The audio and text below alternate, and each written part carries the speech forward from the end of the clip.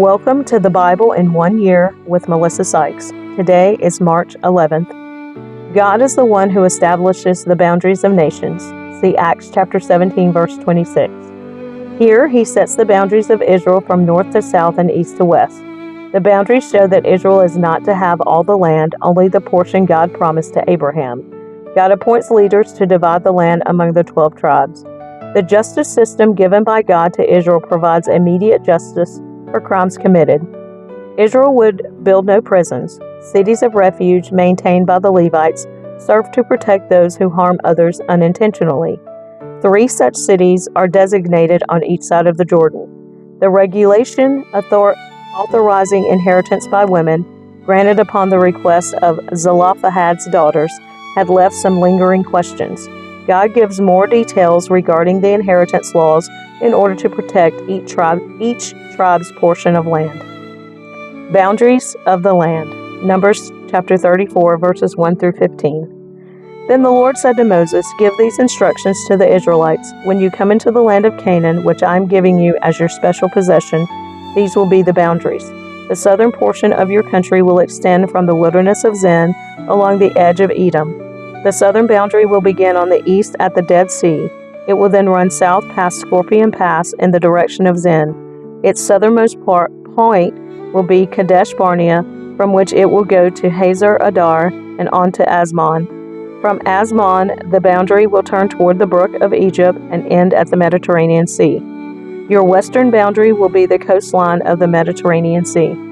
Your northern boundary will begin at the Mediterranean Sea and run east to Mount Hor, then to Lebo Hamath and on through Zedad, and Ziphron to Hazar Enon.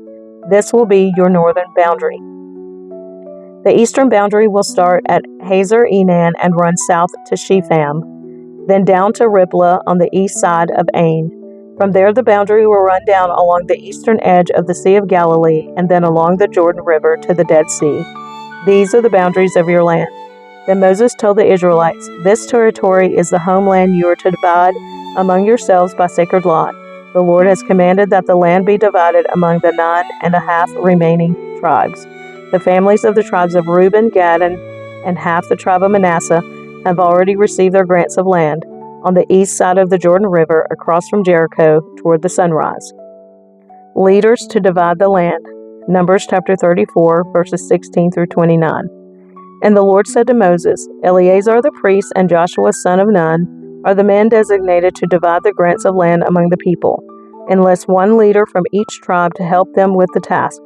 These are the tribes and the names of the leaders: Judah, Caleb son of Jephunneh; Simeon, Shemuel son of Ammihud; Benjamin, Elidad son of Kislon; Dan, Buki son of Jogli; Manasseh son of Joseph, Haniel son of Ephod; Ephraim son of Joseph, Kemuel son of Shiftan; Zebulun, Elizaphan son of Parnak; Issachar, Paltiel son of Azan; Asher, Ahiad son of Shelami; Naphtali, Padiel son of Ammihud. These are the men the Lord has appointed to divide the grants of land in Canaan among the Israelites." Towns for the Levites. Numbers chapter 35, verses 1 through 8. While Israel was camped beside the Jordan on the plains of Moab across from Jericho, the Lord said to Moses, "Command the people of Israel to give to the Levites from their property certain towns to live in, along with the surrounding pasture lands. These towns will be for the Levites to live in, and the surrounding lands will provide pasture for their cattle, flocks, and other livestock. The pasture land assigned to the Levites around these towns will extend 1,500 feet from the town walls in every direction. Measure off 3,000 feet outside the town walls in every direction, east, south, west, north, with the town at the center. This area will serve as the larger pasture land for the towns. 6 of the towns you give the Levites will be cities of refuge, where a person who has accidentally killed someone can flee for safety. In addition, give them 42 other towns. In all, 48 towns with the surrounding pasture land will be given to the Levites. These towns will come from the property of the people of Israel. The larger tribes will give more towns to the Levites, while the smaller tribes will give fewer. Each tribe will give property in proportion to the size of its land." Cities of refuge. Numbers chapter 35, verses 9 through 34. The Lord said to Moses, "Give the following instructions to the people of Israel. When you cross the Jordan into the land of Canaan, designate cities of refuge to which people can flee if they have killed someone accidentally. These cities will be places of protection from a dead person's relatives who want to avenge the death. The slayer must not be put to death before being tried by the community. Designate 6 cities of refuge for yourselves, 3 on the east side of the Jordan River and 3 on the west in the land of Canaan. These cities are for the protection of Israelites, foreigners living among you, and traveling merchants. Anyone who accidentally kills someone may flee there for safety. But if someone strikes and kills another person with a piece of iron, it is murder, and the murderer must be executed. Or if someone with a stone in his hand strikes and kills another person, it is murder, and the murderer must be put to death. Or if someone strikes and kills another person with a wooden object, it is murder, and the murderer must be put to death. The victim's nearest relative is responsible for putting the murderer to death.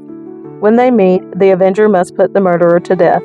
So if someone hates another person and waits in ambush, then pushes him or throws something at him and he dies, it is murder. Or if someone hates another person and hits him with a fist and he dies, it is murder. In such cases, the avenger must put the murderer to death when they meet. But suppose someone pushes another person without having shown previous hostility, or throws something that unintentionally hits another person, or accidentally drops a huge stone on someone, though they were not enemies, and the person dies. If this should happen, the community must follow these regulations in making a judgment between the slayer and the avenger, the victim's nearest relative. The community must protect the slayer from the avenger and must escort the slayer back to live in the city of refuge to which he fled. There he must remain until the death of the high priest, who is anointed with the sacred oil. But if the slayer ever leaves the limits of the city of refuge and the avenger finds him outside the city and kills him, it will not be considered murder. The slayer should have stayed inside the city of refuge until the death of the high priest. But after the death of the high priest, the slayer may return to his own property. These are legal requirements for you to observe from generation to generation, wherever you may live. All murderers must be put to death, but only if evidence is presented by more than one witness. No one may be put to death on the testimony of only one witness. Also, you must never accept a ransom payment for the life of someone judged guilty of murder and subject to execution. Murderers must always be put to death. And never accept a ransom payment from someone who has fled to a city of refuge, allowing a slayer to return to his property before the death of the high priest. This will ensure that the land where you live will not be polluted, for murder pollutes the land, and no sacrifice except the execution of the murderer can purify the land from murder. You must not defile the land where you live, for I live there myself. I am the Lord who lives among the people of Israel. Women who inherit property. Numbers chapter 36, verses 1 through 13. Then the heads of the clans of Gilead, descendants of Machir, son of Manasseh, son of Joseph, came to Moses and the family leaders of Israel with a petition. They said, "Sir, the Lord instructed you to divide the land by sacred lot among the people of Israel. You were told by the Lord to give the grant of land owned by our brother Zelophehad to his daughters. But if they marry men from another tribe, their grants of land will go with them to the tribe into which they marry. In this way, the total area of our tribal land will be reduced. Then when the year of Jubilee comes, their portion of land will be added to that of the new tribe, causing it to be lost forever to our ancestral tribe." So Moses gave the Israelites this command from the Lord. The claim of the men of the tribe of Joseph is legitimate. This is what the Lord commands concerning the daughters of Zelophehad. Let them marry anyone they like as long as it is within their own ancestral tribe. None of the territorial land may pass from tribe to tribe, for all the land given to each tribe must remain within the tribe to which it was first allotted. The daughters throughout the tribes of Israel who are in line to inherit property must marry within their tribe, so that all the Israelites will keep their ancestral property. No grant of land may pass from one tribe to another. Each tribe of Israel must keep its allotted portion of land. The daughters of Zelophehad did as the Lord commanded Moses. Mahlah, Tirzah, Hoglah, Milcah, and Noah all married cousins on their father's side. They married into the clans of Manasseh, son of Joseph. Thus their inheritance of land remained within their ancestral tribe. These are the commands and regulations that the Lord gave to the people of Israel through Moses while they were camped on the plains of Moab beside the Jordan River across from Jericho.